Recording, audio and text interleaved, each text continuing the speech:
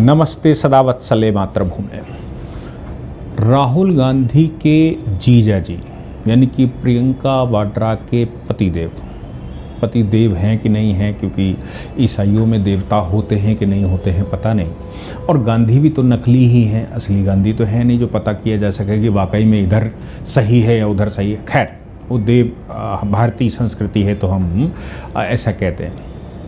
रावत वाड्रा हम सब जानते ही हैं 2014 में केंद्र में सरकार बनी और राज्य में जब सरकार बदली, हरियाणा में खास तौर से, तो एक बड़ा घोटाला, उस समय लोगों ने मीम बनाए थे 2G 3G जीजा जी ऐसे करके। मोदी जी का भी शायद स्टेटमेंट कभी था कि 2G 3G जीजा जी, और भाजपा तो चिल्ला रही थी कि जीजा जी घोटाला।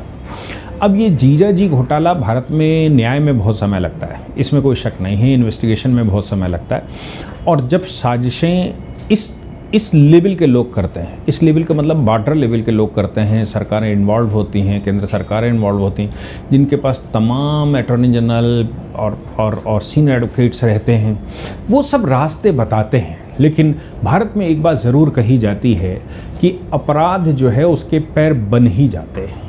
आपने अपराध किया, पैर बन। रावत वाड्रा की खास बात है, मोहब्बत का चक्कर है, शादी तो हो गई, लेकिन ऐसा मुझे याद है उस समय कहा जाता था कि रावत वाड्रा के पिताजी, उनके फादर कहीं गए तो उन्होंने सोनिया गांधी का नाम ले लिया, उसमें कहीं ठहरने गए किसी होटल में तो पेमेंट नहीं दिया, ऐसे कई सारे मीम उस समय चले। सत्यता क्या है पता नहीं, लेकिन खूब चले थे।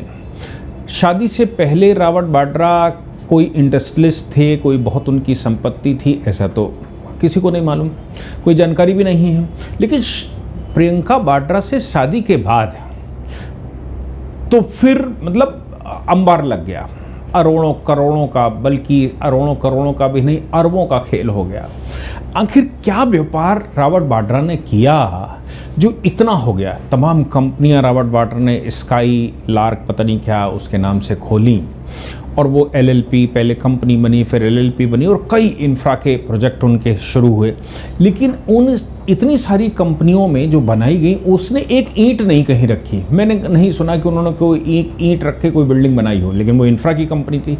तो वो कंपनी चूंकि किसी ने सलाह दी होगी तो बड़ा खेला किया गया। बड़ा खेला कैसे किया गया? हुड्डा की सरकार थी, भूपेंद्र सिंह हुड्डा तो कांग्रेस के प्रभाव में थे, मतलब प्रभाव में क्या तो मुख्यमंत्री थे, और इस परिवार के 10 जनपद के तो वो बिल्कुल गेटमैन की तरह बैठे होते थे। आजकल उनका बेटा भी कुछ ऐसे ही दिखाई दे रहा है। हरियाणा में हम सबको मालूम है कि हुड्डा जो है वो, मतलब भूपेंद्र हुड्डा की बात नहीं कर रहा हूँ, जो हरियाणा अर्बन डेवलपमेंट अथॉरिटी है उसने डेवलपमेंट करना शुरू किया, रोडें बननी शुरू हुई, अर्बनाइजेशन शुरू हुआ, हरियाणा का कायाकल्प करना शुरू हुआ। लोग गुड़गांव की तरफ शिफ्ट हुए, गुड़गांव, दिल्ली से गुड़गांव की तरफ जब शिफ्ट हुए तो शिफ्ट होने पर गुड़गांव के जो गांव हुआ करते थे वो गांव अपने आप में सोना उगलने लगे, बल्कि हीरा उगलने लगे। अब उसमें कुछ ज़मीनों के सेटलमेंट, कुछ लैंड का यूज़ बदलना और बहुत कोई खेल हुआ। DLF के साथ रावत वाड्रा का एक बड़ा खेला सामने आया, और वो बड़ा खेला यह आया कि 7.5 करोड़ रुपए की कोई ज़मीन इनको दी गई, और जिस समय रजिस्ट्री की गई उसमें कोई पेमेंट डिस्क्लोज नहीं किया गया। अब आरोप ये है, ईडी ने जो चार्जशीट सबमिट की है और ईडी जब उनको घेर रही है और कोर्ट ने भी संज्ञान ले लिया है, मतलब कोर्ट के भी हम बात बताएंगे कि कोर्ट में क्या हुआ, अभी फैक्ट बता रहा हूँ कि फैक्ट क्या है। तो उस ज़मीन में इनको मिल गई, बाद में कुछ समय बाद ही DLF को उन्होंने 58 करोड़ रुपए में बेच दी, 58 करोड़ में बेच दी। अब जब ज़मीन खरीदी गई थी या इनके नाम ट्रांसफ़र की गई थी तब उस पर कोई अमाउंट नहीं लिखा, और बाद में वो करा गया, और जब पूछा गया तब 7.5 करोड़ बताया कि 7.5 करोड़ रुपए में खरीदी गई। ये पैसा कहाँ से आया और पैसा कहाँ से गया? ऐसे ही एक 450 करोड़ रुपए का DLF का सैंक्शन का मामला आया। ईडी का आरोप ये है कि हरियाणा के अंदर जो इनकी कंपनियां हैं, इन्होंने इन्फ्लुएंस में, भूपेंद्र सिंह हुड्डा को इन्फ्लुएंस में लेकर ये ज़मीनों का खेल किया, और जो रिश्वत का पैसा होता था उसकी जगह ज़मीन ली। यानी कि किसी डेवलपमेंट के प्रोजेक्ट में, किसी इंफ्रा के प्रोजेक्ट में कोई जो बिल्डर है, बिल्डर अपने कुछ वो सैंक्शन करवा रहा है, ज़मीनें ले रहा है, अलॉटमेंट करवा रहा है, उनके यूज़ ऑफ पर्पस बदल रहा है। तो ऐसी पोजीशन में ज़मीनें सस्ते में लेकर, मतलब ज़मीनें सरकार से सैंक्शन लेकर, अब उसके बीच में बिचौलिए का काम, दलाल का काम कौन करेगा? तो कहते हैं कि रावट बाड्रा है। रावट बाड्रा के माध्यम से डीएलएफ ने ये खेल खेला और ज़मीनें ले ली, और रावट बाड्रा को ज़मीन दी पहले दान में किसी के माध्यम से, और फिर रावट बाड्रा को पैसे दे दिए। यानी कि लीगली पैसा कहाँ से आया ये दिखाने की कोशिश की गई रावट बाड्रा को कि भाई ये लीगल पैसा है, हमने ज़मीन बेची, उसका पैसा आया। अच्छा, 450 करोड़ रुपए की ज़मीनें बाद में बेची गई, और कुछ मामले ऐसे भी हैं जिन मामलों में सरकार ने पहले अधिग्रहण किया किसानों की ज़मीनों को। अधिग्रहण जब सरकार ने किया तो इन्होंने क्या किया कि अधिग्रहण की गई ज़मीनें, अभी उस पर फाइनल ऑर्डर नहीं हुआ था, केवल नोटिस हुए थे कि अधिग्रहण कर रही है, तो वो ज़मीनें सरकार का प्रेशर दिखा दिखा के एक नोटिफिकेशन और ये वो करवा के वो ज़मीनें, ये कहा कि भाई सरकार एक्वायर करने जा रही है। मतलब अधिग्रहण अभी किया नहीं, सरकार अधिग्रहण कर रही है, और ये पॉलिसी वो पॉलिसी, किसानों की ज़मीनें बिल्डरों को बिकवा दी कि भाई ये तो अधिग्रहण है, तुम्हें इतना मिलेगा नहीं, या तो ऐसा मिलेगा। और ये खेल रावट बाड्रा ने सरकार के साथ मिलकर कोई नोटिफिकेशन करके, कुछ चर्चाएं करवा कर, जो भी हुआ वो करवाया। बाद में इन किसानों ने ज़मीनें कौड़ियों के दामों में बेच दी क्योंकि सरकार अधिग्रहण कर रही है। फिर वहाँ सरकार का अधिग्रहण कैंसिल कर दिया गया। सरकार का अधिग्रहण कैंसिल हो गया तो इसका मतलब हो गया जिस बिल्डर ने खरीदी वो बिल्डर वहाँ बिल्डिंग प्रोजेक्ट बनाएगा। वो कौड़ियों के दाम जो ज़मीन खरीदी गई थी वो अरबों की हो गई। इसके बीच में ये जो खेल हुआ, इसमें रावट बाड्रा, अब रावट बाड्रा के पास अरबों रुपए की संपत्ति आई कहाँ से? कोई व्यापार नहीं करते, कहाँ से आया? ये सब हुआ तो ईडी का ध्यान गया उस तरफ, और ख़ास तौर से भाजपा की सरकार जब हरियाणा में बनी तो भाई भाजपा के लोगों ने चिल्लाना शुरू किया कि भाई हरियाणा के अंदर खेल कर दिया इन्होंने, और ये जो बाड्रा हैं, रावट बाड्रा हैं, इन्होंने ज़मीनें ले ली हैं। ये बात ईडी के पास गई, मतलब सीबीआई बैठी, ईडी बैठी, ईडी ने डॉक्यूमेंट कलेक्शन शुरू किया, इन्वेस्टिगेशन करना शुरू किया, प्रोसीड करना शुरू किया। तब भी उन्होंने लगातार, कांग्रेस कह रही थी गिरफ्तार करके दिखाओ ना, गिरफ्तार करके दिखाओ ना, उनको जेल भेज दो ना, उनको फलान, क्योंकि उनको लग रहा था कि 8-10 साल हो गए हैं, क्या होगा। ईडी ने कल राउस एवेन्यू कोर्ट में चार्जशीट लगा दी। चार्जशीट लगाने के बाद कॉग्निजेंस की स्टेज आई। अब देखो, इसको समझना चाहिए कानूनी दृष्टि से। कोई इन्वेस्टिगेटिंग एजेंसी कोई इन्वेस्टिगेशन करती है, करने के दौरान वो लोगों को बुलाती है, स्टेटमेंट लेती है, डॉक्यूमेंट मांगती है, तो वो तो हो गया कि ईडी ने सम्मन किया और प्रियंका वाड्रा को बुलाया, सोनिया माइनो को बुलाया, या इनको बुलाया या उनको बुलाया, और दिन भर बात करी, और ये उसका तो हंगामा हुआ था। लेकिन अब ये जो उन्होंने, मतलब जो इन्वेस्टिगेशन किया, इन्वेस्टिगेशन की जो रिपोर्ट बनी वो कोर्ट में प्रस्तुत करते हैं।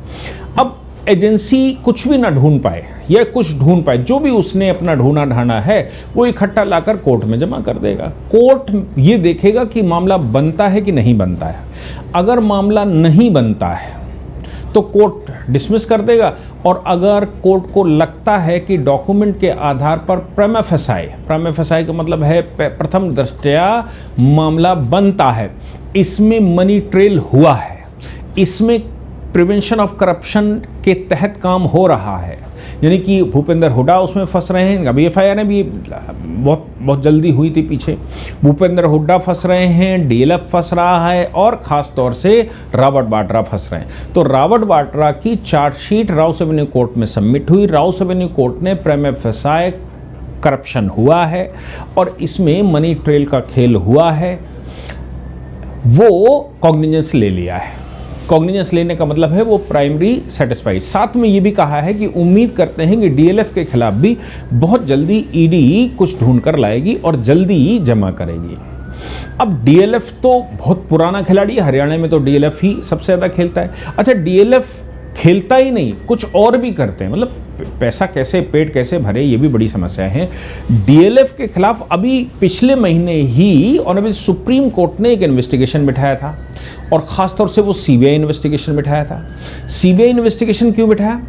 क्योंकि कोई प्रोजेक्ट बनाया उन्होंने, और प्रोजेक्ट में जो पहले परचेज करते समय, मतलब परचेज जब किया है परचेजर ने, उस समय कोई दूसरा नक्शा दिखाया, जो ओपन स्पेस था, जो सड़कों की चौड़ाई थी, जो रास्ते वहाँ से बने हुए थे, उसके सर्विस रोड बनी हुई थी, दिखाया भाई ये बहुत अच्छा है, लोगों ने वो करोड़ों रुपए में खरीद लिए।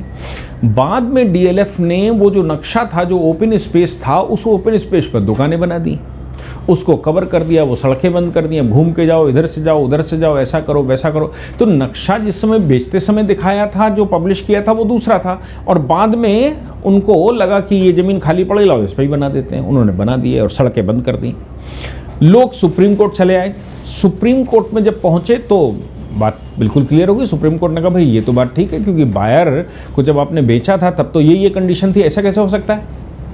जब ये सब कुछ हुआ तो उन्होंने कहा कि हम स्टार्ट करते हैं। रियल एस्टेट के गेम में डीएलएफ की वजह से पूरे रियल एस्टेट को अब कटघरे में लेने की बात कर दी, और सुप्रीम कोर्ट ने ये भी कहा था कि ये तो बस अब शुरुआत है रियल एस्टेट पे।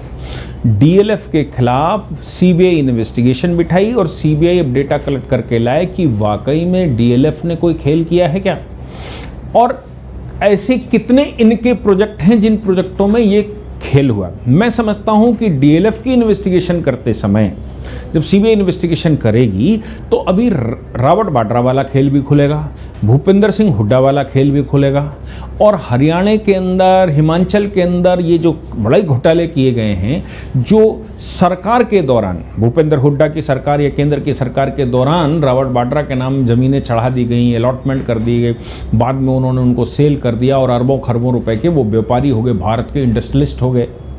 इंडस्ट्रियलिस्ट करप्शन के पैसे से इंडस्ट्रियलिस्ट हो गए कई कंपनियां, और ये वो। तो मुझे लगता है कि प्राइमा फेसाई संज्ञान लेने का मतलब ये है कोर्ट का कि मामला अभी जो एलिगेशन लगाए जा रहे थे, उन एलिगेशंस में खूब सारी जान है, उन एलिगेशंस में बहुत सारा प्रकरण है, और ईडी ने मामला ढूंढकर निकाल लिया है।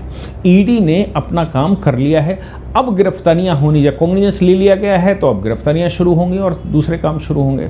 अब देखना यह है कि रॉबर्ट वाड्रा एंड कंपनी या उनका परिवार, क्या प्रियंका वाड्रा भी इन्वॉल्व हैं, क्या राहुल गांधी भी इन्वॉल्व हैं, क्या सोनिया मैडम भी इन्वॉल्व हैं, ये बहुत सारे विषय अभी खुलेंगे। चूंकि कोर्ट ने ये कहा है कि बहुत जल्दी इसको पूरा बाकी का लेकर आई, क्योंकि करप्शन केवल रॉबर्ट वाड्रा ने नहीं किया होगा, करप्शन करने के लिए तो बाकी लोग भी होंगे। तो मुझे लगता है अब जीजा जी बुरे फंसने वाले हैं। और अब ईडी को, अभी तक तो ईडी के खिलाफ ये था कि ममता बनर्जी के पीछे पड़े, इनके पीछे पड़े अरविंद केजरीवाल।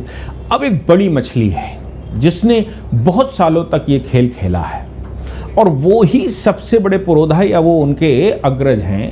तो इस विषय पर मुझे लगता है कि अब कुछ ज़्यादा ही हंगामा होने वाला है। क्या होगा हम फिर से अपडेट करेंगे, लेकिन अभी राहुल गांधी व रॉबर्ट वाड्रा के खिलाफ कॉग्निजेंस कोर्ट ने ले लिया है, और प्राइमा फेसाई केस बनता है ऐसा माना है, और बाकी इन्वेस्टिगेशन जल्दी की जाए और बाकियों को भी पकड़ा जाए और उनके खिलाफ चार्जशीट लगाई जाए, ऐसा आदेश भी दिया है। जय हिंद, जय भारत, वंदे मातरम।